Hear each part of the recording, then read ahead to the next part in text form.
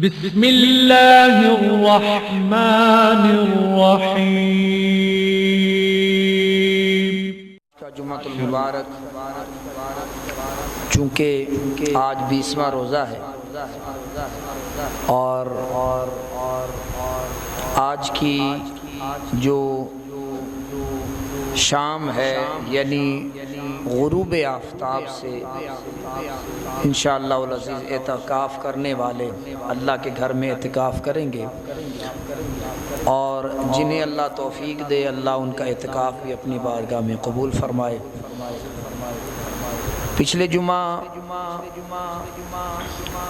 غزوہ بدر کے حوالے سے چند گزارشات آپ کے سامنے عرض کی تھی۔ آج اسی موضوع کو جاری رکھتے ہوئے اس کا باقی کچھ ایسے واقعات جو کہ ایمان افروز بھی ہیں، اور ان واقعات کو بیان کرنے کا مقصد بھی ایمان کو زیادہ کرنا ہے، ایمان کو جلا بخشنا ہے، روح کو تسکین دینا ہے، اور اللہ کی مدد اور نصرت پہ یقین کو مزید پختہ کرنا ہے۔ اسی لیے تو حضرت علامہ محمد اقبال رحمۃ اللہ تعالی علیہ نے فرمایا تھا کہ فضائے بدر پیدا کر فرشتے تیری نصرت کو۔ اصل مسئلہ تو فضائے بدر کا ہے، وہ پیدا ہو جائے تو پھر اللہ کے فرشتے بھی آتے ہیں اور مدد بھی فرماتے ہیں۔ جس یقین کے ساتھ، جس بہادری اور دلیری کے ساتھ، جس جانثاری کے ساتھ اللہ کے نبی صلی اللہ علیہ وآلہ وسلم کی آواز پر صحابہ کرام نے لبیک کہا، خدا کی قسم توحید کا پرچم بلند کرنے والے صرف یہ مٹھی بھر لوگ تھے۔ پوری دنیا کے اندر اللہ وحدہ لا شریک کا نام لینے والا کوئی نہیں تھا سوائے ان افراد کے کہ جو غزوہ بدر میں حضور نبی کریم صلی اللہ علیہ وآلہ وسلم کی معیت میں شریک ہوئے ہیں۔ اور پھر ان کے ایمان کا کیا کہنا کہ جن کے ایمان کی مضبوطی کی گواہی اللہ کے نبی نے خود اپنی دعاؤں میں دی کہ جو غزوہ بدر میں شریک ہوئے ان فرشتوں کا مقام سارے فرشتوں سے جدا کر دیا۔ وہ فرشتے کہ جو مدد کے لیے اللہ کی طرف سے نصرت کے لیے حاضر ہوئے، ان کا مقام سارے فرشتوں سے جدا کر دیا، بلند کر دیا۔ اور وہ صحابہ کہ جنہوں نے بدر کے غزوہ میں میدان بدر میں اللہ کے نبی صلی اللہ علیہ وآلہ وسلم کی دعوت پر جہاد کیا، اللہ نے ان کا مقام سارے صحابہ کرام سے بلند اور عرفہ اور اعلیٰ فرما دیا۔ مطلب یہ ہے کہ یہ کوئی عام جنگ نہیں تھی، یہ ایمان کی آزمائش بھی تھی اور اسلام پر کڑا امتحان بھی تھا۔ سارے کفر کی نگاہیں ان چند گنے ہوئے افراد پر تھی کہ یہ وہ لوگ ہیں جو اللہ اللہ بڑا کرتے ہیں، جو اللہ کے رسول کی باتیں بڑی مانتے ہیں۔ اب پتہ چلے گا کہ جب مکے کے جنگجو آئیں گے، مکے کے پہلوان آئیں گے، اور پھر ان کے سامنے یہ کھیتی باڑی کرنے والے، یہ بے سر و سامان لوگ جب آئیں گے، پھر ان کو پتہ چلے گا کہ کس طرح سے طاقت کے ساتھ ٹکر لی جاتی ہے۔ لیکن بات یہ ہے کہ یہاں پر کثرت کی بات ہی نہیں تھی، یہاں پہ تو ساری کی ساری اللہ کے کرم کی بات تھی، یہاں پہ ساری کی ساری اطاعت رسول کی بات تھی۔ یہ آزمائش تھی مومنوں کے لیے کہ جو اللہ کے رسول کا حکم دل سے مانے گا وہ تا قیام قیامت اپنا نام بدریوں میں بھی لکھوائے گا اور مضبوط ایمان والوں کے اندر بھی اپنا نام لکھوائے گا۔ باہر کیف میدان ابھی سجا نہیں، جب کافر لوگ مکے سے چلے نا تو ان کے جو بڑے بڑے پہلوان تھے وہ بھی اس قافلے میں شریک تھے، وہ بھی اس جماعت میں شریک تھے جو اپنے آپ کو جناب، یعنی جنہیں کہا جاتا تھا کہ یہ اگر لڑے گا تو پھر اس کے حوالے سے شکست کی بات نہ کی جائے، یہ بندہ بہادری کے جوہر دکھائے گا اور اگلے بندے کو شکست دے گا۔ یہاں تک کہ جب یہ لوگ چلے تھے نا مکے سے تو ان کی عورتوں نے ان کے پلٹ آنے کے بھی انتظام کیے تھے اور جشن کا بھی سامان تیار کر کے رکھا تھا کہ یہ آئیں گے اور ان کے آنے پر ہم جیت کا جشن منائیں گے۔ ان کو کیا پتا تھا کہ یہ کوئی اور ہیں کہ جن سے یہ اپنے آپ کو آزمانے کے لیے جا رہے ہیں، یہ کوئی اور نہیں ہے، یہ اللہ کے رسول کے دیوانے ہیں، یہ اللہ کے نبی صلی اللہ علیہ وآلہ وسلم کے ماننے والے ہیں۔ وہ کوئی اور ہوں گے جنہیں یہ پچھاڑتے ہوں گے، جنہیں یہ شکست دیتے ہوں گے، یہ تو نبی کے دیوانے اور مستانے ہیں۔ لہذا اب سارے نظریے بدل جانے تھے، ساری سوچیں بدل جانی تھی، ہر قسم کے جتنے بھی قانون تھے وہ جیتنے اور ہارنے کے حوالے سے ان پہ آ کے آج سارے کے سارے بدل جانے تھے، اس لیے کہ ان کے پیچھے اللہ اور اس کے رسول کی دعائیں جو شامل ہیں۔ باہر کیا یہ لوگ جشن مناتے ہوئے مکے سے چلے اور کہتے ہیں، تاریخ کہتی ہے کہ انہوں نے اس قدر اونٹ زیادہ لیے کہ ہر روز 10 اونٹ ذبح کیے جاتے۔ کتنے؟ اس کا مطلب یہ ہے کہ ایک اونٹ کھانا اور تقریباً 1000 کا لشکر تھا، یہ ایک معمولی سی بات ہے ان کے لیے۔ ہم جیسے لوگ ہوں تو ظاہر ہے 2-3 بوٹیاں زیادہ کھا لیں تو ہمارا تو ہاضمہ ہی خراب ہو جاتا ہے۔ یہ جنگجو لوگ تھے اور ایسی خوراکیں عام بندہ کھاتا۔ مجھے یہ بتائیے 10 اونٹ اگر ذبح کیے جائیں تو پورا گاؤں کیا بلکہ 2-3 گاؤں تو پھر ایسے ہی بھگت جاتے ہیں، کھا جاتے ہیں۔ لیکن یہ 1000 افراد پر مشتمل یہ سارے جتنے بھی تھے، ان میں پہلوان بھی موجود تھے، 10 اونٹ روزانہ ذبح کرنے اور جناب والا جشن منانے، شراب نوشی ہونی، رقاصاؤں نے رقص کرنا، نغمے گائے جانے اور اپنی فتح جو انہیں ابھی ملی نہیں اس پر خوشی منا رہے ہیں کہ ہم جائیں گے اور ان کو شکست دے کر آئیں گے، حالانکہ ابھی ان کو پتہ نہیں ہے کہ پتہ نہیں شکست ملنی ہے یا نہیں ملنی، پتہ نہیں فتح ملنی ہے یا نہیں ملنی، ابھی یہ بات کنفرم نہیں ہے، لیکن وہ اپنے تئیں جوش منا رہے ہیں، خوشیاں منا رہے ہیں کہ وہ ضرور بھی ضرور جائیں گے اور ان لوگوں کو شکست دے کر اور فتح لے کر واپس آئیں گے۔ جب ایسا گمان ہو، جب ایسا گھمنڈ ہو، جب ایسا غرور ہو تو پھر اللہ تو غرور کرنے والوں کو پسند نہیں کرتا۔ باہر کیف یہ قافلہ چلتا چلتا بدر کے مقام میں پہنچا۔ ان کو پتہ چل چکا تھا، جس طرح کہ میں نے پچھلی دفعہ عرض کیا، ان کو پتہ چل چکا تھا کہ جس قافلے کی حفاظت کے لیے ہم لوگ جا رہے ہیں وہ قافلہ تو بحفاظت آ گیا، ابو سفیان والا قافلہ۔ انہوں نے ابو جہل نے کہا کہ ہم اپنا جو جشن ہے وہ بدر کے میدان کے اندر منانا چاہتے ہیں، پھر وہاں سے واپس آئیں گے۔ جب وہ بدر کے مقام پر پہنچے، اور انہوں نے وہ جگہ منتخب کی کہ جہاں کی جو مٹی تھی نا وہ سخت تھی، جسے کہتے ہیں نا کہ ہاں بالکل ہموار تھی، سخت بھی تھی ہموار بھی تھی۔ انہوں نے کہا جناب یہ ہمارے لیے جگہ بہتر ہے۔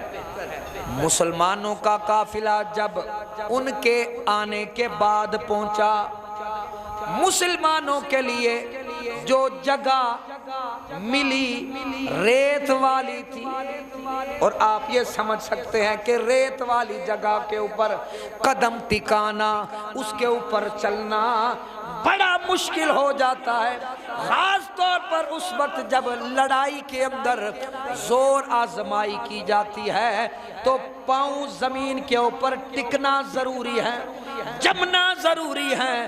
تو مجھے یہ بتائیے جب نیچے ریت ہو بڑے سے بڑا پہلوان بھی ڈگمگا جائے گا، حالات یہ تھے۔ لیکن میرے نبی کریم صلی اللہ علیہ وآلہ وسلم کو اللہ کی مدد پہ بڑا یقین تھا،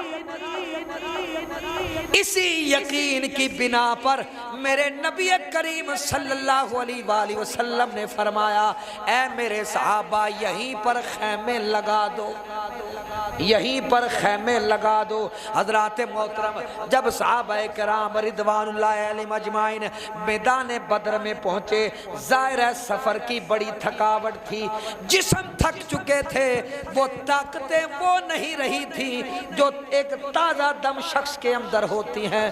حضرات محترم جب وہ آئے میدان بدر کے اندر آئے، اللہ نے کرم فرمایا، ان پر نیند کا غلبہ طاری فرما دیا، نیند کا غلبہ طاری فرما دیا۔ مجھے یہ بتائیے جب بھی آپ سفر پر نکلتے ہیں، لمبا روٹ جب آپ اختیار کرتے ہیں تو ڈرائیور کو بار بار کہتے ہیں کہ بھائی اپنی نیند پوری کر لے، اپنی نیند پوری کر لے۔ کیوں کہتے ہو؟ وہ اس لیے کہتے ہو کہ نیند پوری نہ کرنے کی وجہ سے پورا جسم درد سے چور ہو جاتا ہے، جسم تھکاوٹ کی وجہ سے درد کرنا شروع ہو جاتا ہے۔ اس لیے ڈرائیور جب آرام کرتا ہے تو تازہ دم ہو کے جب ڈرائیونگ کرتا ہے بندہ بے خوف ہو کے اس کے ساتھ سفر کرتا ہے۔ اگر ڈرائیور کی نیند پوری نہ ہو تو بندہ اندر سے ڈرتا رہتا ہے کہ کہیں یہ سو نہ جائے، کہیں گاڑی ٹکرا نہ جائے۔ حضرات محترم یہی حال ان صحابہ کرام رضوان اللہ علیہم اجمعین کا تھا، تھکے جسم درد کرتے ہوئے جسم جب وہ میدان بدر کے اندر آئے، اللہ نے کرم فرمایا، ان کے اوپر نیند کا غلبہ ایسا طاری فرمایا، صحابہ کرام اللہ کے کرم سے اپنی نیند پوری فرما رہے ہیں۔ اللہ قرآن مجید میں ارشاد فرماتا ہے اذ یغشیکم النعاس امانۃ منہ، اے محبوب صلی اللہ علیہ وآلہ وسلم اس وقت کو یاد کیجئے جب اللہ نے تم پر اونگ کو طاری فرما دیا۔ یہ بات اللہ نے پتہ کیوں کی؟ بعض اوقات اس طرح بھی ہوتا ہے کہ بندہ تھکاوٹ میں بھی ہوتا ہے اور نیند بھی نہیں آتی، بندہ بہت زیادہ ڈسٹرب ہوتا ہے، نیند بھی نہیں آتی۔ یہ اللہ کا کرم ہوتا ہے کہ بندے کے اوپر تھکاوٹ ہو، تھکاوٹ کا غلبہ ہو اور پھر نیند آ جائے۔ اور پھر فرمایا یہ جو ان کا سونا تھا باقیوں کا سونا اور ہے، ان کے کام بھی اور ہوتے ہیں، ان کا سونا اس لیے بڑا خاص ہے، انہوں نے صبح اٹھ کر عام کام نہیں کرنا بلکہ جہاد کرنا۔ کیا کرنا ہے بولو؟ جہاد کرنا ہے، اور جہاد کے لیے جسم تازہ دم ہونا، بولو نا، تازہ دم ہونا ضروری ہے۔ امانۃ منہ، فرمایا یہ اللہ کی طرف سے امن کا باعث تھا۔ سکون کا باعث تھا، رحمت کا باعث تھا۔ دوسرا کرم اللہ نے فرمایا وَيُنَزِّلُ عَلَيْكُم مِّنَ السَّمَاءِ مَاءً، اللہ نے آسمان سے پانی برسایا، یعنی بارش نازل فرمائی، لِيُطَهِّرَكُم بِهِ، تاکہ اللہ تمہیں اس سے پاک اور صاف فرما دے۔ دو کرم نوازیاں، دو انعام اللہ نے، اور پھر یہ انعام کیوں ہو رہے ہیں؟ حضرات محترم بڑی قابل توجہ بات، ادھر میدان بدر میں کافروں کے خیموں کے اندر جشن ہو رہا ہے، رقص و سرود کی محفل ہو رہی ہے، کھانے اڑائے جا رہے ہیں، شراب پی جا رہی ہے، رقاصائیں رقص کر رہی ہیں، اس طرح کی محفل جمی ہوئی ہے۔ وہ لوگ جشن منا رہے ہیں کہ کل ہم جیتیں گے، ان کو شکست دیں گے۔ یہ کیا ہے ہمارے سامنے؟ یہ تو کچھ بھی نہیں ہے۔ یہ کھیتی باڑی کرنے والے ہمارے مقابلے میں آئے، ہم ان کو مٹا کے رکھ دیں گے۔ اس طرح کے جذبات رکھنے والے وہ لوگ جشن منا رہے ہیں۔ ادھر جشن ہو رہا ہے، ادھر حضور کے صحابہ آرام فرما رہے ہیں، ساری دنیا آرام کر رہی ہے۔ آج میرے نبی کریم صلی اللہ علیہ وآلہ وسلم سونے کی بجائے اللہ کی بارگاہ میں کھڑے ہو گئے ہیں، نماز ادا فرما رہے ہیں، سجدے میں سر رکھ کے اللہ کی بارگاہ میں التجا کر رہے ہیں، یا اللہ یہ 313 ہے، یہ 313 ہیں، یہی توحید والے ہیں، یہی تیری توحید کا پرچم بلند کرنے والے ہیں۔ یا اللہ یہ لفظ ہیں میرے نبی کے، یا اللہ اگر یہ لوگ دنیا میں نہ رہے تو یا اللہ دنیا میں پھر تیری عبادت کرنے والا کوئی بھی نہیں رہے گا۔ ان 313 پر اللہ نے اپنی توحید کی بنیاد رکھ دی ہے، اسلام کی بنیاد ہیں یہ لوگ۔ یا اللہ اگر یہ 313 نہ رہے تو پھر دنیا میں تیرا نام لینے والا، مجھے یہ بتائیے اس سے بڑی سعادت کی اور کیا بات ہو سکتی ہے؟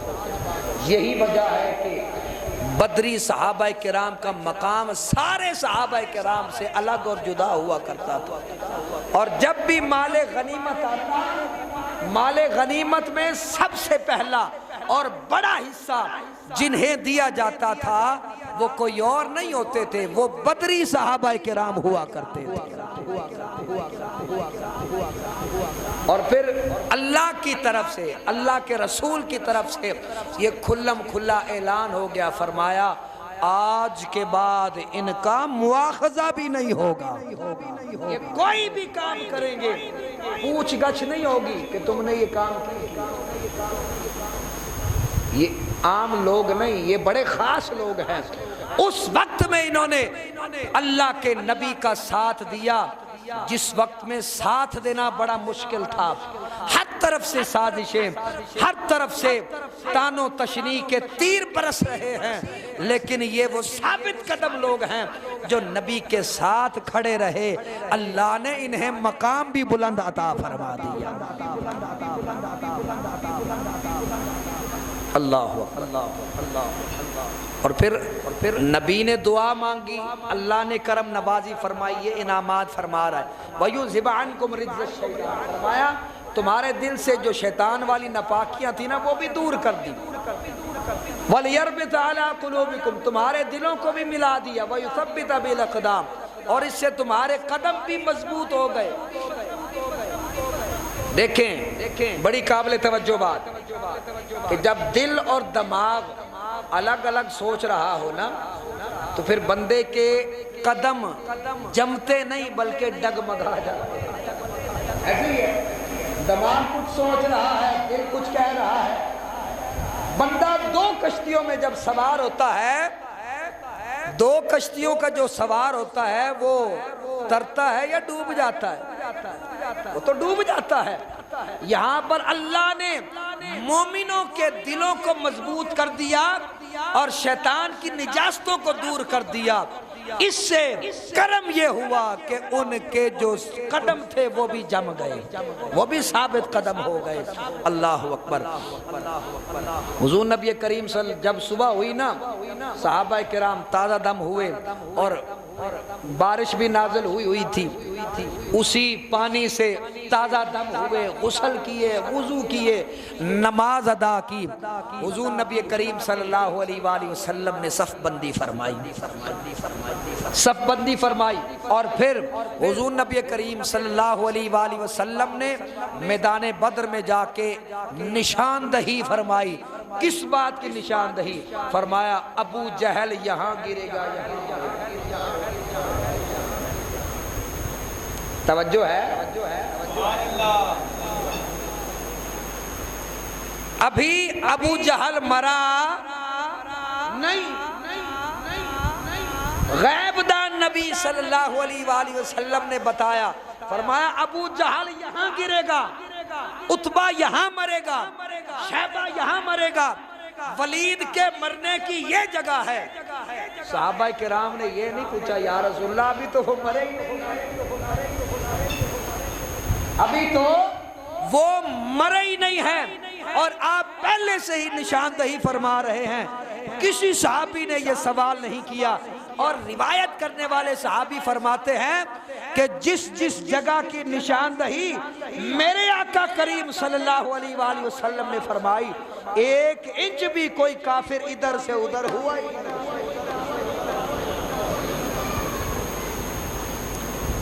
اللہ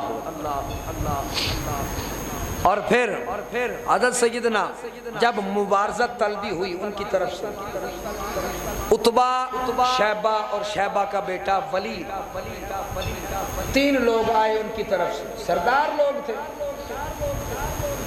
پکارا، مبارزت طلبی ہوئی۔ ہاں بھئی ہے کوئی ہمارے مقابلے میں؟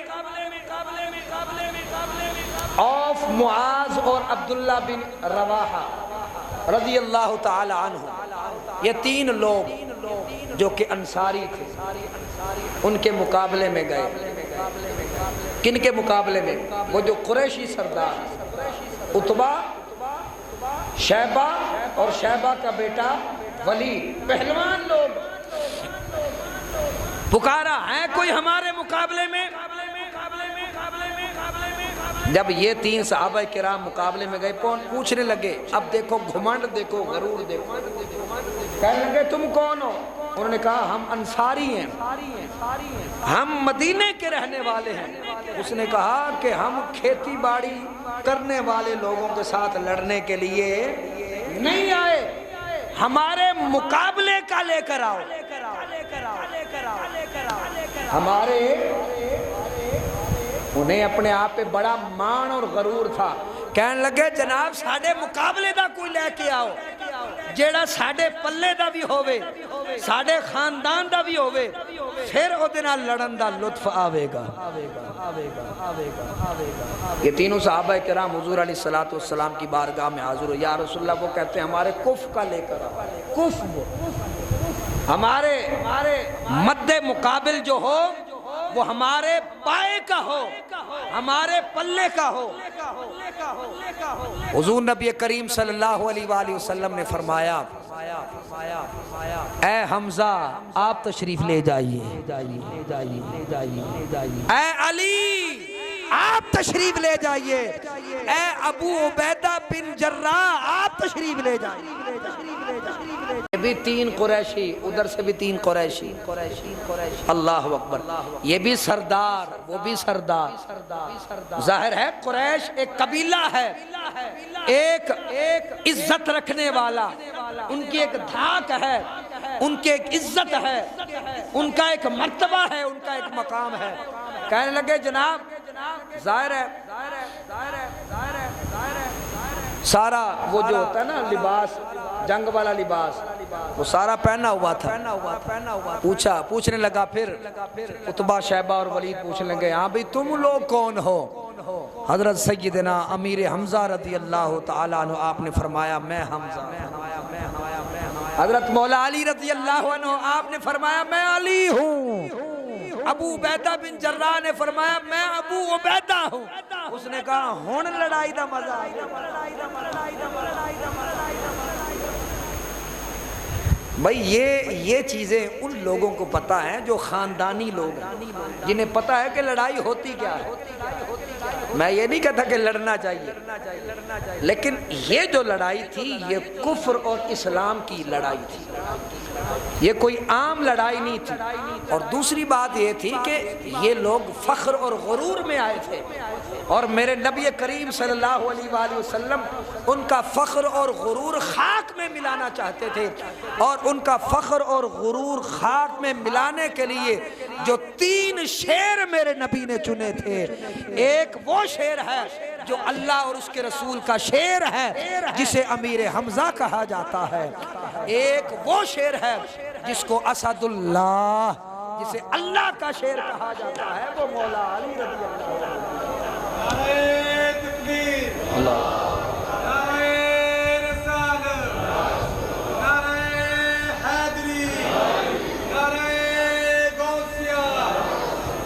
حضرات محترم عتبہ حضرت سیدنا امیر حمزہ رضی اللہ عنہ آپ کے مقابلے میں آیا. شیبہ حضرت سیدنا ابو عبیدہ بن الجراح رضی اللہ تعالیٰ عنہ آپ کے مقابلے میں آیا، اور ولید کے مقابلے میں مولا علی آئے. ایک ہی بار میں حضرت سیدنا امیر حمزہ رضی اللہ عنہ نے وہ جو عتبہ تھا اس کا کام تمام کر دیا. ادھر ولید کا کام تمام کرنے والا کوئی اور نہیں ہے، وہ مولا علی ہے. شاہ مرداں شیر یزداں قوت پروردگار، مردوں کا سردار، شاہ مرداں شیر یزداں، رب کا شیر، شاہ مرداں شیر یزداں قوت پروردگار. بلندوان لاکھو نا سبحان اللہ. لا فتح الا علی، لا سیف الا ذوالفقار. اس مولا علی کا کیا کہنا کہ جس کی تربیت مصطفیٰ ہو، جس کو لڑائی کے جوہر، جنگ کے جوہر اگر کسی نے سکھائے ہیں تو وہ کوئی اور نہیں، میرا اور تیرا نبی ہے. اس کے مقابلے میں پھر کفر کیسے ٹھہر سکتا ہے؟ ایک ہی بار کیا، ولید کا کام تمام ہو گیا، لیکن شیبہ نے حضرت ابو عبیدہ بن الجراح رضی اللہ تعالیٰ عنہ آپ پر وار کیا. ٹانگ کے اوپر وار لگا اور ٹانگ کٹ گئی. اللہ اکبر. جب حضرت سیدنا مولا علی نے اور سیدنا امیر حمزہ رضی اللہ تعالیٰ عنہما انہوں نے دیکھا دونوں چچا بھتیجا اس کی طرف لپکے، وہ شیبہ کی طرف، اس کا کام بھی تمام کر دیا.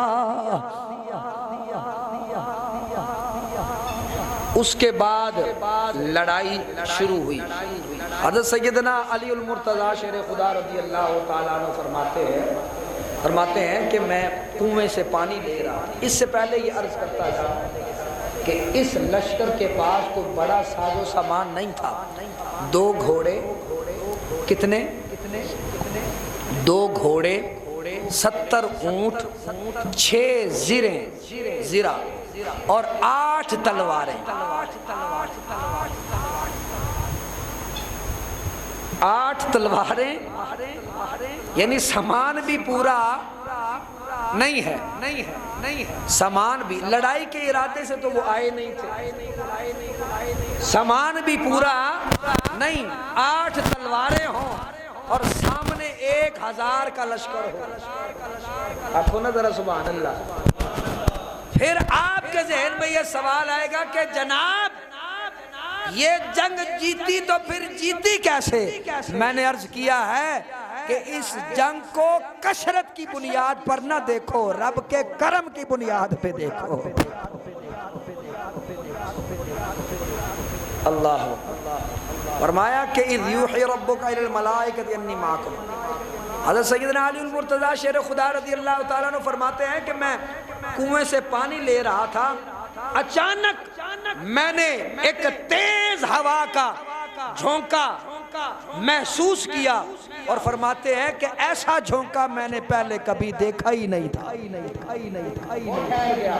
فرمایا تھوڑی دیر کے بعد اسی طرح ایک اور تیز جھونکا آیا، پھر وہ ختم ہو گیا، تیسرا جھونکا آیا، پھر وہ ختم ہو گیا۔ میرے نبی کریم صلی اللہ علیہ وآلہ وسلم فرماتے ہیں، فرمایا اے میرے صحابہ مبارک ہو، یہ جبریل ہیں، 1000 فرشتہ لے کر آئے ہیں، یہ میکائیل ہیں، اللہ نے 1000 فرشتہ دے کے بھیجا ہے، یہ اسرافیل ہے، 1000 فرشتہ لے کر آیا ہے۔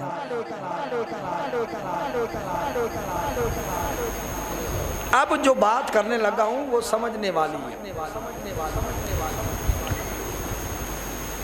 مارنے کے لیے مطلب اتنا بڑا 1000 کا لشکر ہو، اس کو مارنے کے لیے 3000 یا 5000 فرشتوں کی ضرورت نہیں پڑتی، ایک فرشتہ ہی کافی ہے۔ حضرت جبریل امین علیہ السلام اگر آپ کی بات کی جائے تو اللہ نے آپ کو 600 پر دیے ہیں۔ کتنے 600 پر۔ حضرت جبریل علیہ السلام کو اللہ نے 600 پر دیے ہیں، اور ایک پر کی جو مقدار ہے، ایک پر کی جو لمبائی ہے وہ پتہ ہے کتنی ہے؟ مشرق اور مغرب جتنی، اور 600 پر۔ جبریل جب ایسے کر کے اپنے پر پھیلاتا ہو، حضور علیہ السلام فرماتے ہیں میں نے جبریل کو اس کی اصلی حالت میں دیکھا، میں نے جدھر نظر دوڑائی ہر طرف جبریل ہی جبریل نظر آ رہا تھا۔ 600 پر کا مالک، اور ایک پر میں طاقت یہ ہے کہ ہلکا سا ایسے جھٹکا دے، ہلکا سا جھٹکا دے تو 14 طبق روئی کے پنبے کی طرح اڑ جائے، ایسے۔ تو 1000 کا لشکر ہو، اس جبریل امین علیہ السلام کے لیے ہی کوئی بڑا چیلنج نہیں تھا۔ وہ ایسے جھٹکا دیتا وہ جناب، کوئی کہیں جا کے گرتا، کوئی کہیں جا کے گرتا، لیکن اللہ نے 5000 فرشتے 3000 فرشتے کس لیے بھیجے؟ فرمایا ایمان والوں کو ثابت قدم رکھو اور سپاہی بن کے جاؤ، ایمان والوں کی مدد کرو۔ حضرات محترم صحابہ کرام فرماتے ہیں کئی دفعہ ایسا ہم نے دیکھا کہ ایسے ہم نے تلوار اٹھائی یا حملہ کرنا چاہا، ابھی تلوار ان کے پاس جاتی نہیں تھی، گردن پہلے ہی کٹ کے جدا ہو جاتی تھی۔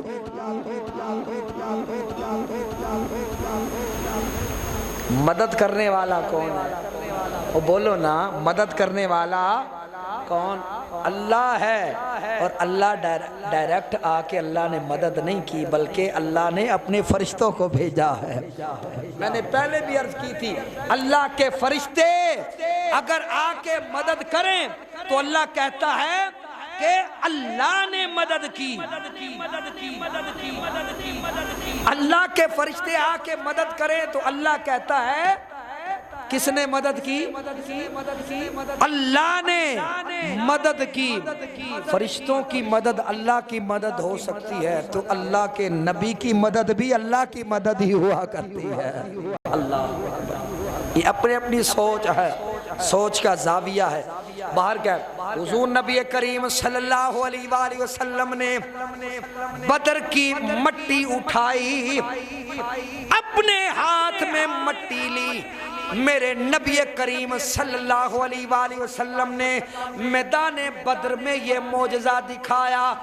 ایسے جو میرے نبی نے اپنے ہاتھ سے مٹی جدا کی، حضرات محترم کوئی بھی کافر ایسا نہیں تھا کہ جس کی آنکھ میں وہ مٹی نہ گئی ہو۔ اللہ نے محبوب دو عالم صلی اللہ علیہ وآلہ وسلم کے اس معجزے کو بھی قرآن میں ذکر فرمایا۔ وَمَا رَمَيْتَ إِذْ رَمَيْتَ وَلَكِنَّ اللَّهَ رَمَى۔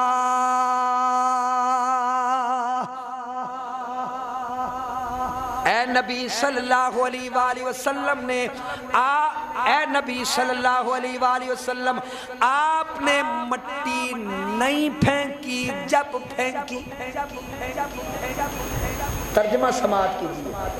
وما رمیت، ما نفی کے لیے، وما رمیت اذ رمیت، آپ نے مٹی نہیں پھینکی جب پھینکی، ولیکن اللہ رما، یا اللہ نظر تو محبوب کا ہاتھ آ رہا ہے، تیرا محبوب پھینک رہا ہے۔ اللہ نے فرمایا میرا قرآن یہ کہتا ہے وَمَا رَمَيْتَ اِذْ رَمَيْتَ، آپ نے مٹی نہیں پھینکی جب پھینکی تو یا اللہ کس نے پھینکی؟ اللہ فرماتا ہے وَلَكِنَّ اللَّهَ رَمَى،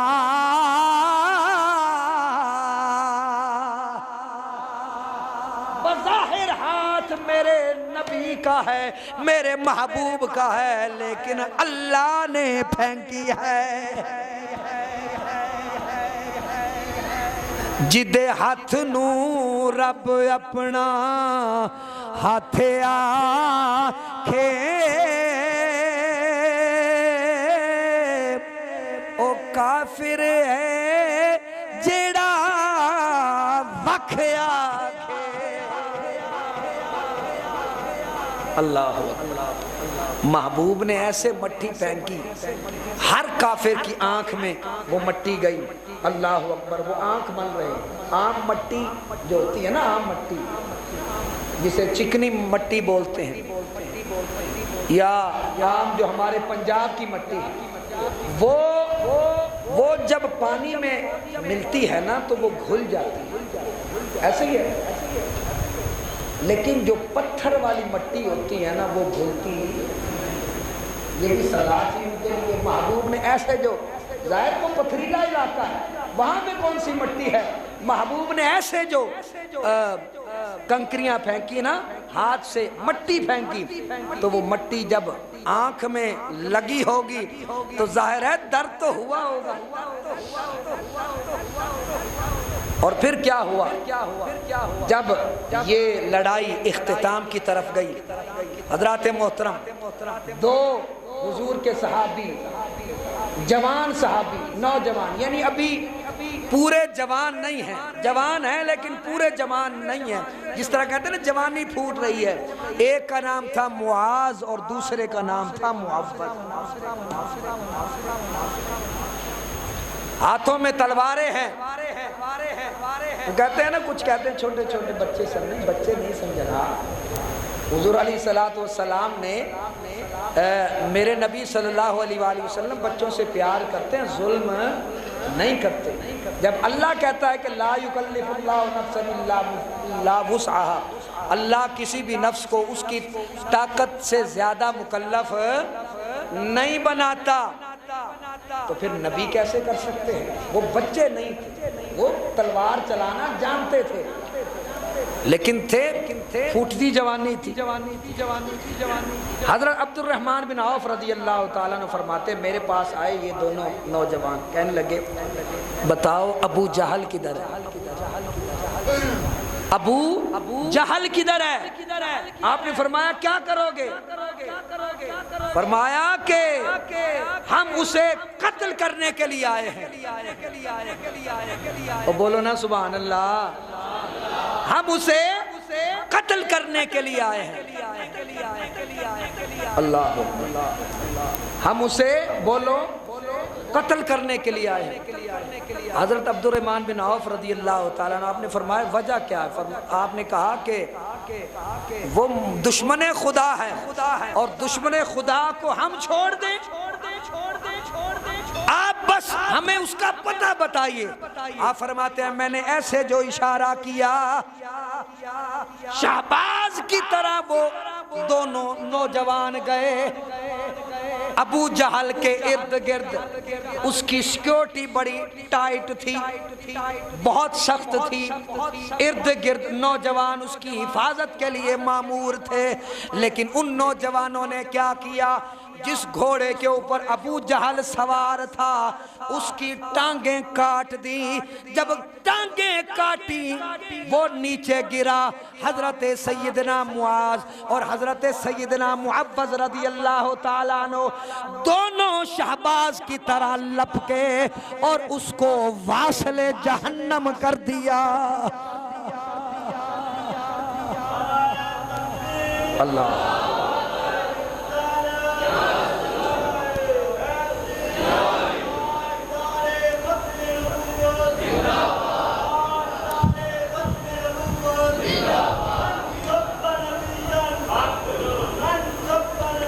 فقتلوا۔ اور پھر جب اس کی آخری سانسیں چل رہی تھی نا، حضرت سیدنا عبداللہ ابن مسعود رضی اللہ تعالیٰ عنہ، آپ فرماتے ہیں میں اس کے پاس گیا، دیکھا کہ یہ دشمن رسول ہے اور آخری سانسیں چل رہی تھی۔ کہنے لگا تو کون ہے؟ ابو جہل کہنے لگا تو کون ہے؟ کہا کہ میرا نام عبداللہ ابن مسعود ہے۔ اچھا تو فلاں کا بیٹا ہے؟ اچھا تو مجھے مارنا چاہتا ہے؟ اس نے کہا، آپ نے فرمایا بالکل تجھے مارنا چاہتا ہوں۔ اس نے کہا میری گردن ذرا نیچے سے کر کے کاٹنا، میری گردن ذرا نیچے سے کر کے کاٹنا۔ آپ نے فرمایا وجہ کیا ہے؟ کہنے لگا باقیوں کی گردنیں یہاں سے کٹی ہوتی ہیں، میں ذرا سردار آدمی ہوں، میری گردن ذرا اونچی رہے۔ تکبر اور غرور دیکھو، یہ نہیں کہا کہ میں کلمہ پڑھ کے مسلمان ہو جاتا ہوں یا جو ہے وہ رسول اللہ صلی اللہ علیہ وآلہ وسلم سے دوستی کر لیتا ہوں، یہ بات نہیں کی۔ حضور علیہ السلام نے فرمایا ایک فرعون وہ تھا جو حضرت موسیٰ علیہ السلام کی قوم میں تھا، اور ایک فرعون میری قوم کا جو فرعون ہے وہ کون ہے؟ ابو جہل، عمر بن ابن حشام، جسے ابو جہل کہا جاتا ہے۔ بہرکیف اللہ نے کرم فرمایا اور مسلمانوں کو اللہ نے فتح اور نصرت عطا فرمائی۔ 70 کافر مارے گئے اور 14 کے قریب مسلمان جو ہے وہ اس جنگ میں شہید ہوئے، اور 70 کے قریب جو ہے وہ قیدی ہوئے۔ اور مسلمانوں نے جو سلوک قیدیوں کے ساتھ کیا، حضور علیہ السلام نے جب صحابہ کرام سے مشورہ کیا نا، فرمایا کیا کرنا ہے ان قیدیوں کا؟ حضرت سیدنا ابو بکر صدیق رضی اللہ عنہ آپ نے عرض کیا یا رسول اللہ فدیہ لے کر انہیں چھوڑ دیجئے، فدیہ لے کر انہیں چھوڑ دیجئے۔ جب حضرت عمر سے پوچھا نا، آپ نے فرمایا ان کا جو فیصلہ ہے وہ تلوار کرے گی۔ سرکار دو عالم صلی اللہ علیہ وآلہ وسلم نے فرمایا مجھے ابو بکر کا مشورہ پسند آیا ہے۔ باہر کیف ان سے فدیہ لیا گیا، جو فدیہ دے سکتے تھے انہوں نے فدیہ دیا اور اپنے آپ کو آزاد کر لیا۔ جو فدیہ نہیں دے سکتے تھے حضور علیہ السلام نے فرمایا مدینے کے 10 بچوں کو پڑھاؤ اور آزاد ہو جاؤ۔ حضرات محترم، فطرانے کے حوالے سے اگر بات کی جائے تو